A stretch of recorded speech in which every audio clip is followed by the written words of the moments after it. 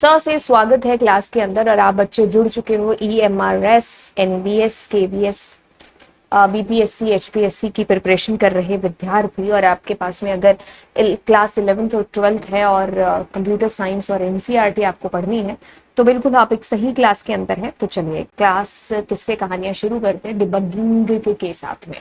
ठीक है, सो देखिए बिना टाइम वेस्ट किए आपका स्टार्ट कर देते हैं यहाँ पर getting started with Python. Okay, so अब ये कुछ इस तरीके से कह रहा है, कहता है कि डीबगिंग, बग फ्री करना अपने कोड को।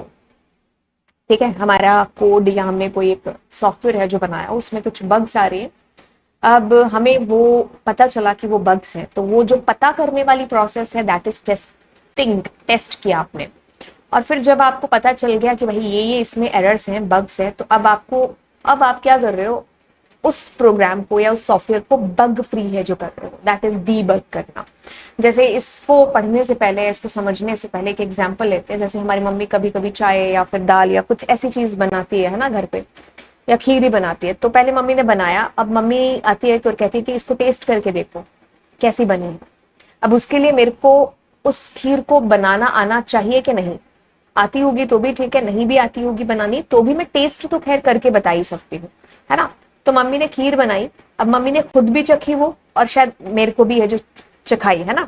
मतलब खुद चखी या नहीं चखी, मेरे को टेस्ट के लिए जरूर है जो दे दी। तो मतलब मम्मी ने एक चीज है जिसका निर्माण किया है और वो चीज क्या हो रही है, टेस्ट, मतलब उसको चेक हो रही है कि भाई वो सही बनी है उस अकॉर्डिंग के नहीं। मैं उस बेसिस पर अपनी फीडबैक है जो यहाँ पर दूंगी। अगर मान लो मुझे लगेगा कि वो चीनी कम है तो मैंने बताया, अब मम्मी जो क्रिएटर है उसको क्रिएट करने वाली, अब वो उसके अंदर चीनी और ज्यादा करके उसको मेंटेन करेगी, है ना। तो मतलब यहां पर क्या है कि आप एक सॉफ्टवेयर का एग्जांपल ले लीजिए। सॉफ्टवेयर बना, अब वो क्या होगा, टेस्टिंग टीम के थ्रू टेस्ट होगा कि जिस पर्पस के लिए सॉफ्टवेयर को बनाया था क्या उस पर्पस को ये फुलफिल कर रहा है कि नहीं कर रहा है। कोई ऐसा बटन जिसको क्लिक करके कोई रन टाइम एरर तो जनरेट नहीं हो रही है। मतलब ये जिस पर्पस के लिए या जिस काम के लिए बनाया है वो सारी चीजें इसमें सही रन हो रही है कि नहीं हो रही है। तो क्या होगा कि आपने वो बीइंग अ डेवलपर उसको डेवलप किया है, अब वो टेस्टिंग टीम क्या है उसको टेस्ट करेगी, राइट। अब मान लो इनको लगता है कि इसमें कुछ कुछ ये एरर्स हैं या ये बग्स हैं, अब वो वापस आपको फीडबैक दिया जाएगा। तो बीइंग ए प्रोग्रामर डेवलपर आप क्या करोगे, उसको डीबग करोगे, बग फ्री करोगे। ठीक है, अब यहाँ पर एक और एग्जांपल ले लेते हैं कि भाई मान लीजिए आपकी जो टेस्टिंग टीम है उन्होंने टेस्ट करके दिया और कोई बग नहीं आई अभी के लिए, लेकिन जब मार्केट में आपने अपना सॉफ्टवेयर है जो लॉन्च कर दिया, काफी सारे ऑपरेटिंग सिस्टम प्लेटफॉर्म्स के ऊपर वो आपका सॉफ्टवेयर चला और किसी एक या दो के ऊपर ये प्रॉब्लम क्रिएट करने लग गया, है ना। तो अब ये जो लोग हैं ये भी यहाँ पर टेस्टर की भूमिका ही है जो प्ले कर रहे हैं। तो मतलब इनको उसका प्रोग्रामिंग नॉलेज उस पर्टिकुलर सॉफ्टवेयर का हो या ना हो इतना जरूरी नहीं है। मतलब नहीं भी हुआ तो भी कोई बात नहीं, क्योंकि वो इतना तो टेस्ट करके बता ही रहे हैं ना कि भाई ये सही से चल रहा है सॉफ्टवेयर के नहीं चल रहा है। तो वो एज ए फीडबैक अपनी कंपनी को देते हैं, या अपनी कंपनी या जो भी कंपनी है जिसका भी वो सॉफ्टवेयर यूज कर रहे हैं जिसमें उनको दिक्कत आ रही है, तो वो फीडबैक आपका उस कंपनी के पास जाएगा कि भाई इसमें यहाँ पर ये दिक्कत है या प्रॉब्लम है जो आ रही। तो वो भी क्या है, एक तरीके से टेस्टिंग ही है। ठीक है, फिर डेवलपर के पास वो चीज जाएगी कि भाई ये दिक्कत इस तरीके के ऑपरेटिंग सिस्टम में या इस तरीके के जो है सिस्टम्स उनके अंदर आ रही है। तो अब ये जो डेवलपर है ये उसको बग फ्री करेगा, है ना, डीबग करेगा, राइट। तो टेस्टिंग के लिए प्रोग्रामिंग नॉलेज होना जरूरी है, बिल्कुल भी नहीं। ठीक है, अगर है ठीक है, नहीं है तो भी ठीक है। लेकिन अगर आप डेवलपर हैं, उस पर्टिकुलर सॉफ्टवेयर के क्रिएटर हैं, तो ऑफकोर्स आपने उसको क्रिएट किया है तो आपको प्रोग्रामिंग नॉलेज होना चाहिए। ठीक है, अब डीबग करना यानी कि बग फ्री करना, टेस्टिंग करना यानी कि टेस्ट करना कि जिस पर्पस के लिए सॉफ्टवेयर या प्रोग्राम को बनाया था वो पर्पस फुलफिल हो रहा है कि नहीं हो रहा है। ठीक है, उसमें टेस्ट करके वो जो एरर्स आई हैं उनको डेवलपर को बताना क्या है, जो है आप उसको बग्स बता रहे हो, उनको बग्स बोला जाता है। और डेवलपर आपका क्या करेगा, उसको बग फ्री करेगा, तो वो डीबग करना कहलाएगा। ठीक है, तो ये पूरी प्रोसेस या कहानी है। अब मैं इस कहानी या चीज को किताबी भाषा को पढ़ करके आपको एक्सप्लेन कर देती हूँ। कहता है कि a programmer can make mistakes while writing a program. हर कोई बंदा मिस्टेक कर सकता है ना। हर किसी बंदे के अंदर है कमी, आसमां भी है जिसके पास नहीं है जमीन, ऐसा सुना होगा आपने शायद, है ना। हाँ, तो मतलब भाई हर बंदे के अंदर कमी है, प्रोग्रामर तो वो कौन सा भगवान है ना। खैर भगवान ऑफ कोर्स कहेंगे भाई हर दुनिया में हर हर शख्स है जिसमें कुछ ना कुछ कमी है ही, है ना। तो प्रोग्रामर है, उसने एक प्रोग्राम लिखा, ऑफ कोर्स गलती कर सकता है बंदा, ऐसा कौन सा प्रोग्रामर है उसने आज तक कोई गलती ना की हो और तुम्हें सारी चीजें पता हो। ठीक है, खैर ऐसा होता नहीं और ना ही हो सकता है।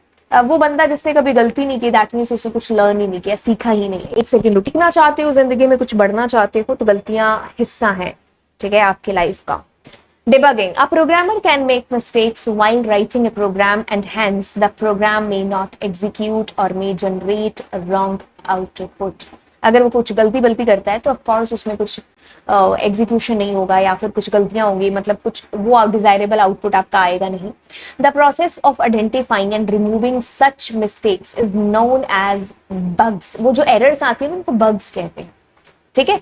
और errors from a program is called debugging. उस प्रोग्राम को बग फ्री करना is debugging.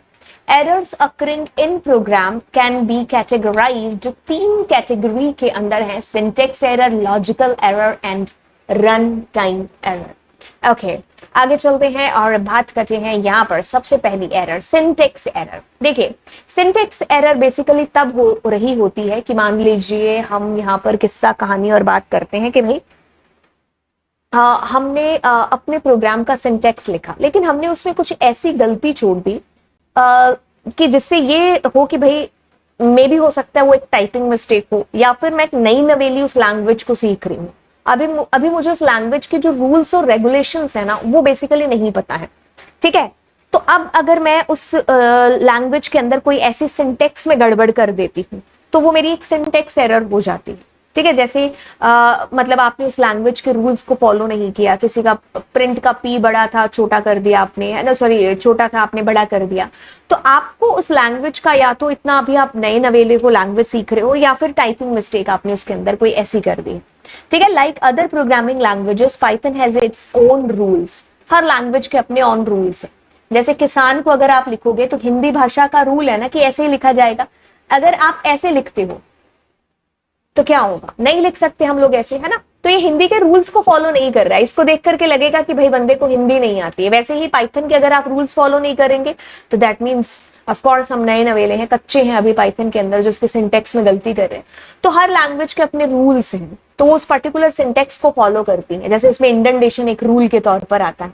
The interpreter interprets the statements only if it is syntactically as per Python के रूल्स के अकॉर्डिंग क्या है, करेक्ट है। इंटरप्रेटर इंटरप्रेट कर देता है आपके प्रोग्राम्स को, यानी कि रन हो जाता है आपका कोड अगर उसमें कोई भी सिंटेक्स एरर नहीं है। If any syntax error is present, the interpreter shows error message and stop the execution there। क्योंकि interpreter line by line execute करता है, जिस भी लाइन में जहां पर भी दिक्कत है वहीं पर रुक जाएगा। For example, parenthesis must be in pair.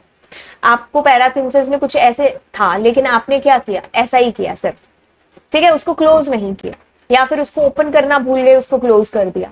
तो ऐसे में क्या होगा, आपके पास में जो है सिंटेक्स एरर आ जाएगी, ठीक है। तो आप लैंग्वेज के रूल्स रेगुलेशंस को फॉलो नहीं कर रहे हैं। फॉर एग्जाम्पल, अगर मैं यहाँ पर देखिए, सो ये शुरू से दिखा रहा है भाई तुम एरर कर रहे हो, ठीक है, ऐसा नहीं हो सकता, ठीक है।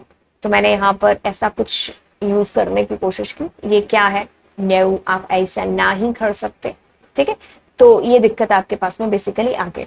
अब अगली किस्से कहानी की तरफ चलते हैं, दैट इज लॉजिकल एरर, मतलब लॉजिक में गड़बड़ है, ठीक है। आपके टीचर ने आपको कहा कि भाई ऐसा करो, तुम 2 और 2 जोड़ करके एक आंसर लाओ 22। आप कुछ ऐसा कर रहे हो कि आपके पास आंसर आ रहा है 4, यानी कि लॉजिक में थोड़ी सी गड़बड़ है ना, ठीक है।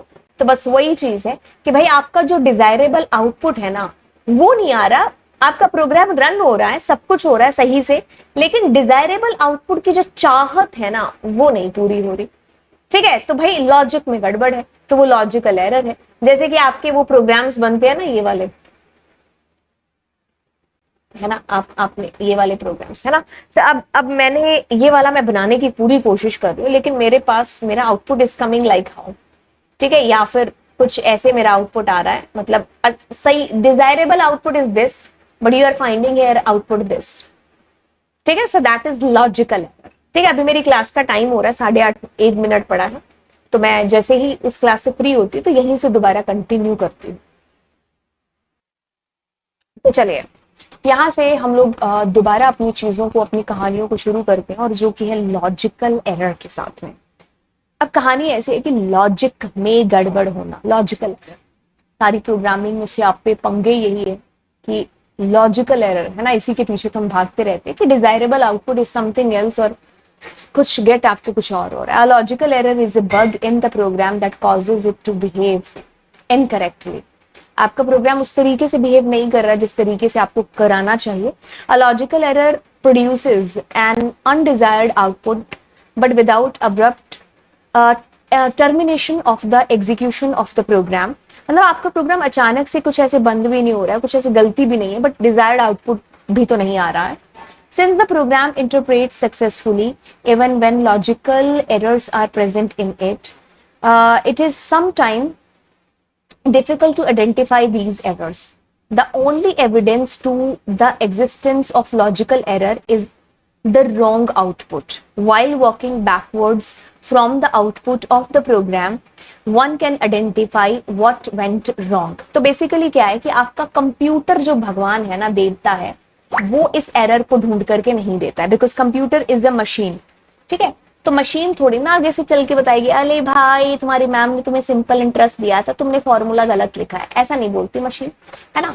तो आपकी मैम ने कहा सिंपल इंटरेस्ट लगाओ, है ना, तो एक मल्टीप्लाई करने तो, है ना, तो सिंपल इंटरेस्ट का फॉर्मूला हमें पता ये है। अब तुम इस मल्टीप्लाई की जगह प्लस लगा रहे हो या कुछ और लिख रहे हो, तो भाई आप लॉजिक में गड़बड़ कर रहे हो ना। तो आपको कंप्यूटर भगवान जी नहीं बताएंगे कि आप लॉजिक में गड़बड़ कर रहे हो। तो इसमें आपको क्या करना पड़ेगा, भाई ड्राई रन करोगे तो ड्राई रन करके आपको चीजें बेसिकली हैं जो ऑटोमेटिकली आ जाएंगी कि भाई ये गलती आपसे यहाँ पर ऐसे ऐसे करके। तो ड्राई रन जब आप करोगे ना, तो ड्राई रन से आपको चीजें हैं जो अपने आप आ जाएंगी कि भाई यहाँ पर मेरी गलती है जो बेसिकली हो रही है। ओके, सो कहता है कि for example if we wish to find the average of two numbers 10 और 12, तो हम कुछ इस तरीके से उसको जोड़ करके डिवाइड करें, it would run successfully and produce the output result which is 16 surely. 16 is not the average, ठीक है, ओके। तो ये कहा नहीं है कि भाई 16 आपका आउटपुट नहीं है, तो आपको बेसिकली क्या करना था, 10 और 12 को जब आप जोड़ देते ना, उनको ब्रैकेट में बंद करना चाहिए था। ठीक है, तो आपने ये चीज इसके अंदर की है, तो आपने लॉजिक में गड़बड़ कर दी। ठीक है, तो वो चीज तो आपको खुद को ही ढूंढनी पड़ेगी कि लॉजिक में जब आपको सुधार करना है या चीज करनी है, तो वो चीज आपकी बेसिकली कैसी होगी। ठीक है, अब बात करते हैं रन टाइम एरर की। मतलब आपका प्रोग्राम में आपने कुछ लिखा है और आपका प्रोग्राम चला और अचानक से आपका प्रोग्राम है एग्जीक्यूट हुआ, और एग्जीक्यूशन के दौरान अब नॉर्मली आपका प्रोग्राम है जो टर्मिनेट हो गया अचानक से एग्जीक्यूशन के दौरान, तो वो है run time error. Run time error causes abnormal termination of program while it is executing. मतलब जिस तरीके से उसको स्मूथली चल करके बंद होना था, वो उस तरीके से नहीं हो करके बीच में ही वो बंद हो गया। ठीक है, जैसे आप किसी सॉफ्टवेयर को ओपन कर रहे हो, उसमें एक पर्टिकुलर बटन है, जैसे क्लिक हो रहा है ऐप क्रैश कर रही है, तो वो क्या है, वो आपकी एक रन टाइम एरर जनरेट हो रही है उस ऐप के अंदर। So run time error is when the statement is correct syntactically, but the interpreter cannot execute it. Runtime errors do not appear until after the program starts running or executing. For example, okay, तो आपका programme is cool, सब कुछ सही है, लेकिन जैसे ही आपने उसको चलाया एक पर्टिकुलर लाइन पर आकर के आपका प्रोग्राम अचानक से टर्मिनेट हो रहा है। ठीक है, फॉर एग्जाम्पल इसमें बताया कि we have a statement having division. Okay, तो किसी भी नंबर को अगर आप डिवाइड करते हो 0 से, तो एक वो पॉपुलर, मोस्ट पॉपुलर आपकी रन टाइम एरर है कि कोई भी नंबर आपका डिवाइड नहीं हो रहा होता है 0 के साथ में। जैसे फॉर एग्जाम्पल मैंने कहा प्रिंट 6/0, तो ये क्या है, ये एक रन टाइम एरर है, 0 डिवीजन एरर। ठीक है, तो ये आपके पास में आ गए। ठीक है, अब इस एरर को अगर आप हैंडल करना चाहते हो तो इसमें आपके पास में ट्राई का यूज होता है। ठीक है, तो ट्राई एंड देन एक्सेप्ट। ठीक है, तो आप कहते हो प्रिंट रॉन्ग इनपुट। ठीक है, तो अब यहां पर मेरे को करना पड़ेगा। ठीक है, so I can do something like that. ठीक है, चलते हैं कहानी को थोड़ा सा आगे करते हैं। Where is my pen. Okay, so ठीक है, अब एक और चीज है कि आप कभी कभी ऐसा भी कर लेते हो, जैसे कि मैंने यहाँ पर ऐसे कहा कि भाई मेरा जो फाइल है ना वो ओपन हो जाए, OPEN ओपन, एंड मैंने यहाँ पर कुछ फाइल का पाथ दिया जो एग्जिस्ट ही नहीं करती है। ठीक है, तो अब मैं जैसे इसको रन करूंगी तो ये मुझे कहेगा फाइल नॉट फाउंड एरर। ठीक है, तो ये भी एक रन टाइम एरर ही है आपकी। ठीक है, तो ऐसे करके आपके पास काफी सारी रन टाइम एरर आ जाती है, जीरो डिवीजन रन टाइम। ठीक है, राइट, ओके। तो नीचे चलते हैं, तो इस तरीके से आपको एक एरर दिखाई दे जाएगी जो कि आपको सामने दिखाई दे रहा है, राइट, जीरो डिवीजन एरर। और ऊपर क्या है आपके पास, कुछ आपने क्या किया है, इनवैलिड। ओके, तो आप ऐसे इसके अंदर इंटीजर, मतलब रन टाइम एरर ये भी हो गई कि आपने इंटीजर एंटर करना था लेकिन आप एप्पल एंटर कर रहे हो। It is something like that, let's suppose value is equals to integer input enter value. तब आपको कायदे से इंटीजर करना चाहिए लेकिन आपने क्या कर दिया, एक स्ट्रिंग कर दिया, तो that is also a run time error, कि रन होने के बाद में आपका प्रोग्राम अचानक से बाउंड हुआ है। ठीक है, अब इसके अंदर आपके पास समरी है। ठीक है, तो समरी मैं आपको नेक्स्ट क्लास के अंदर रिवाइज करा दूंगी, राइट। तो चलिए फिर किस्से, कहानियां और मुद्दे करते हैं अगली क्लास में। So thank you so much, chapter हमारा कंप्लीट हो चुका है, 5 नंबर। तो अब मिलते हैं आपसे अगली क्लास में। Bye bye and God bless you, and yes do subscribe the channel.